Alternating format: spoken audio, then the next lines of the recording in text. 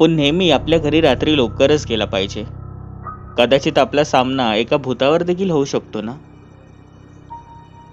ही कथा संपल्यानंतर कथा कशी होती मला इंस्टाग्रामवर सांगा. आयडी आहे तेजस.स्टोरी. आणि हो, चॅनलला सबस्क्राईब करायला विसरू नका. बेल नोटिफिकेशन नक्की दाबा. अक्षरशः आपले पाय वेगवान गतीने चालवत आणि मध्ये मध्ये धावत प्रतीक त्या ट्रेनकडे पाहत होता. पण त्याला आता समजून गेले होते की ती ट्रेन त्याला भेटणार नाहीये. मनात असून देखील त्याच्या डोळ्यात देखत ती ट्रेन निघून गेली होती. आपले ते सगळे हात घट्ट करत आपल्याच पायाला मारत तो रागवू लागला आणि बोलला, शिट, बॉसने जर मला आज हे काम सांगितलं नसतं तर मला ही ट्रेन भेटली असते. आज मी घरी इतक्या उशिरा जाणार. त्याने आपल्या मोबाईलमध्ये नजर टाकली तर रात्रीचे 2 वाजले होते. त्याला कळून चुकले होते की रात्रीचे आता त्याला एकही ट्रेन नाही. त्यात दुर्दैवाने त्याच्या मोबाईलला एकही सिग्नल नव्हता. तो तसाच गेला आणि तिकडच्याच एका बाकावर जाऊन बसला. तिथे कोणतीच आजूबाजूला ट्रेन येणार नव्हती. आणि हो, पूर्ण ते प्लॅटफॉर्म किंवा स्टेशन म्हणा, अक्षरशः ओसाड पडले होते. तिथे कोणीही नव्हते आणि थंडीचे ते दिवस होते. प्रतीकला ती पूर्ण रात तिकडे कारायला लागणार होती. तो तसाच बसला, पण त्याच क्षणी बुटांचा चालण्याचा आवाज येऊ लागला होता. अक्षरशः एक 30 वर्षाची मुलगी त्याच्या मागून येत होती. तिने एक ड्रेस घातला होता. तिचे केस मोकळे होते आणि हातामध्ये एक लहानशी पर्स होती. ती तशीच येऊन प्रतीकच्याच बाजूला बसली आणि तिने प्रतीकला प्रश्न विचारला, इथून शेवटची ट्रेन कधी आहे? आणि प्रतीकने सांगितले, काय सांगू तुम्हाला, आत्ताच माझ्या डोळ्यात एकच ती ट्रेन गेली. आता पुढची ट्रेन नाहीये.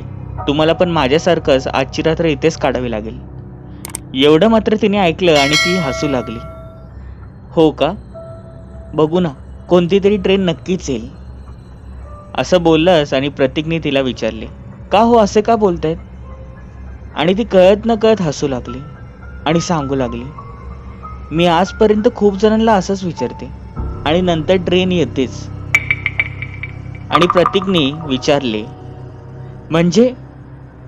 आणि ती मुलगी सांगू लागली, अहो मला माहिती आहे तुम्ही तुमच्या बॉसचा कसा ओरडा खाऊन आलात. आणि हो, तुम्हीच तुमचा तो गेटचा दरवाजा हा तोडला होता ना. आणि इकडे प्रतीकने विचारले, मला काही समजले नाही. पण ती मुलगी बोलली, घाबरू नका, माझे नाव मनीषा. मीही रात्रीची इथूनच जात असते आणि मला तर नेहमी ट्रेन भेटते, तुम्हालाही भेटेल. प्रतीकला काही हायसं वाटलं आणि ती मुलगी सांगू लागली, आजपासून 5 वर्षापूर्वीची गोष्ट आहे. मी रात्रीची याच प्लॅटफॉर्मवर उभी होती, त्याच ट्रेनच्या अपेक्षामध्ये.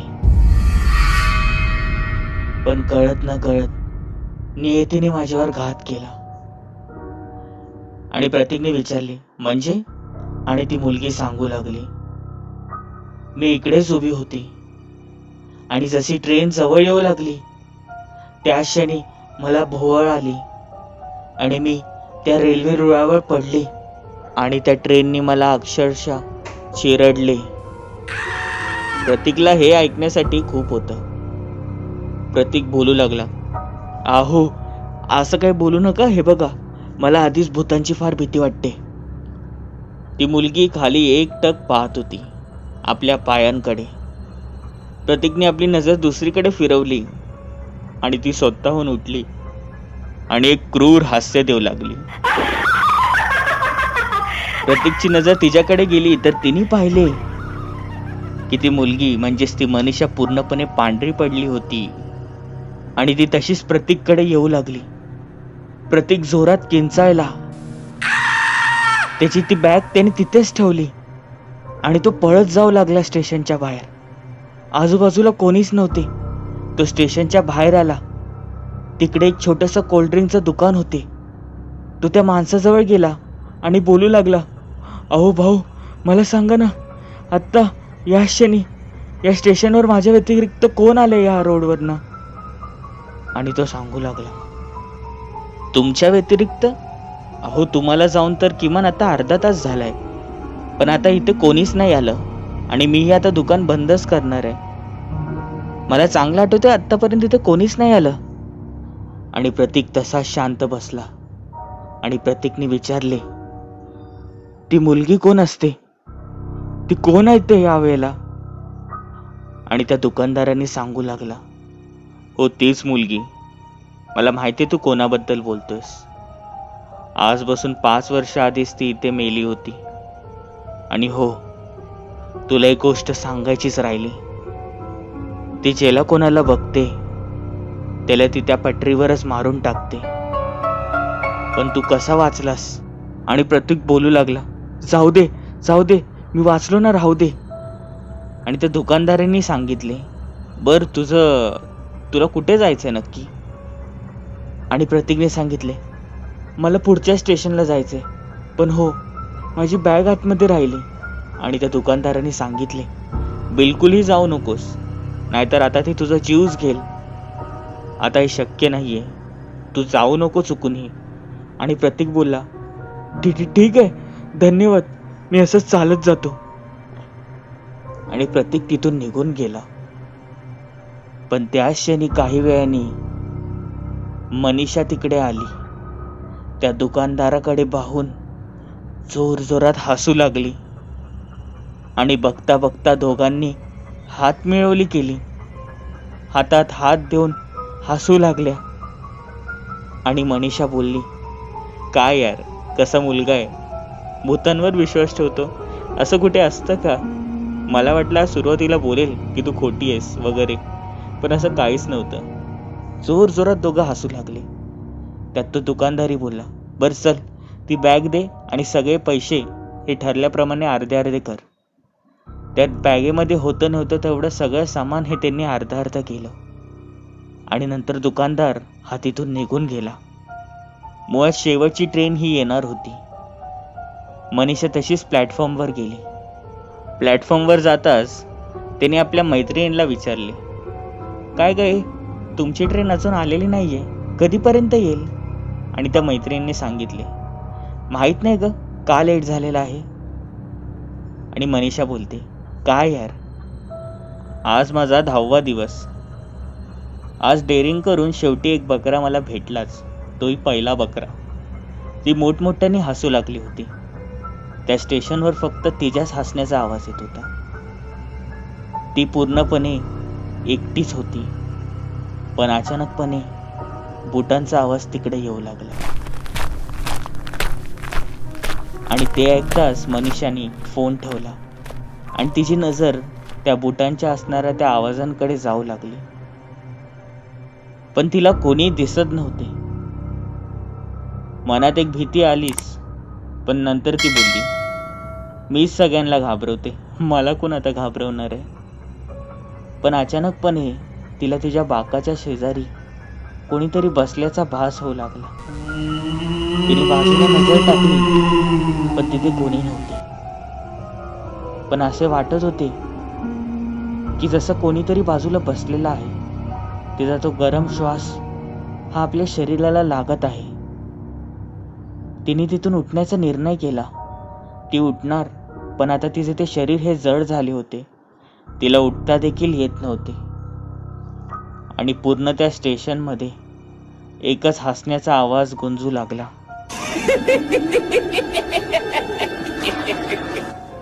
त्या क्षणी तिने बाजूला पाहिले तर तिकडे काळी आकृती तयार होत होती.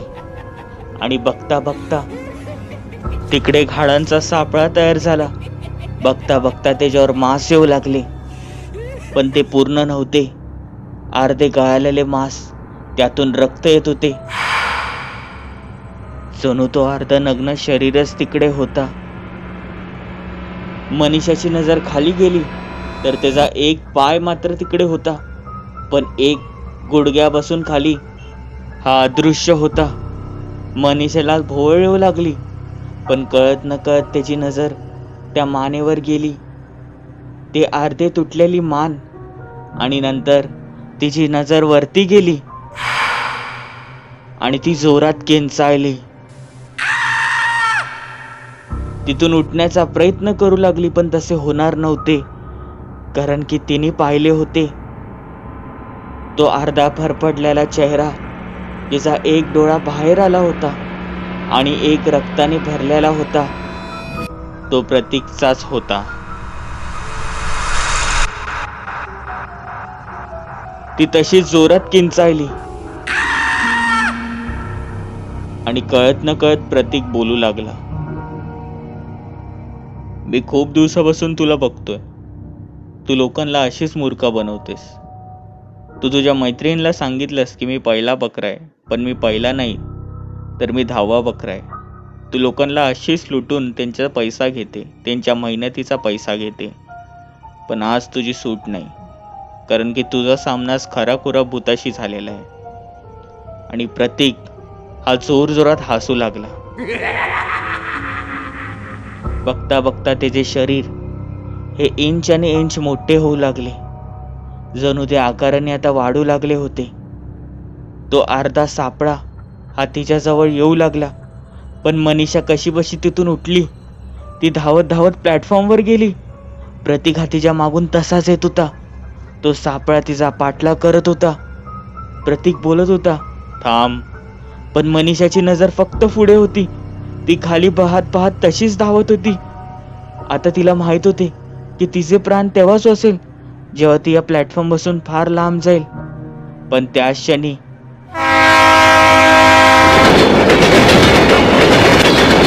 मोठ्या ट्रेनने मनीषाला तसेच उडवून नेले. मनीषा जवळजवळ अर्धा किलोमीटर फडफडत गेली. तिचेही तेच अवस्था झाली. तिचाही मांस तसाच लटकू लागला. हात हा कुठेतरी ओढून पडला होता. पाय हे दोन्ही तुटले होते. पण काही वेळाने मोटरमॅनने ट्रेन थांबवली. खाली उतरून पाहतोय तर तिचे ते शरीर तर दिसत नव्हते, पण तो मनातल्या मनात बोलला, शिट, आज हा 5वा वर्ष. दरवर्षी याच दिवशी कोण कसं मरतं काय माहित. असं काय आहे इकडे काय माहित. लोक काय इकडे आत्महत्या करतात. तो मोटरमॅन तसाच आपल्या ट्रेनमधनं पुढे निघून गेला. पण इकडे मनीषाला जाग आली. काश वाचले मी. पण पुढे तोच प्रतीक दिसला, जे शरीर हे नष्टच झाले होते. आणि त्या प्रतीकने सांगितले, घाबरू नकोस, तू आता मानवी शरीरात नाहीये, तू आता आमच्यातलीच एक झालेली आहेस. आणि तो बोलला, हे बघ, तुझ्या उजवीकडे बघ. मनीषाने तिची नजर उजवीकडे टाकली आणि तिने पाहिले की किमान तिच्यासारखे अर्धे लचके तोडलेले ते हाडांचे सापळे आणि काही शरीर हे तिला पाहून जोर जोरात हसत होते. आणि प्रतीक बोलला, आता हेच तुझे घर, आम्हीच तुझे परिवार. प्रतीक ही जोर जोरात हसू लागला. त्यांच्याकडे पाहत मनीषा आता तीही हसू लागली. आता हे यांचा पुढील शिकार शोधणार होते. कथा कशी होती? आवडली असेल लाईक, नसेल आवडली डिसलाईक. तुमच्याही कथा अनुभव मला तुम्ही इंस्टाग्रामवर सांगू शकता. आयडी आहे tejas.story किंवा मेल आयडीवर सांगू शकता, जे तुम्हाला डिस्क्रिप्शनमध्ये भेटेल. चॅनलला लाईक आणि सबस्क्राईब करायला विसरू नका. बेल नोटिफिकेशन नक्की दाबा. भेटूया पुढील भागांमध्ये.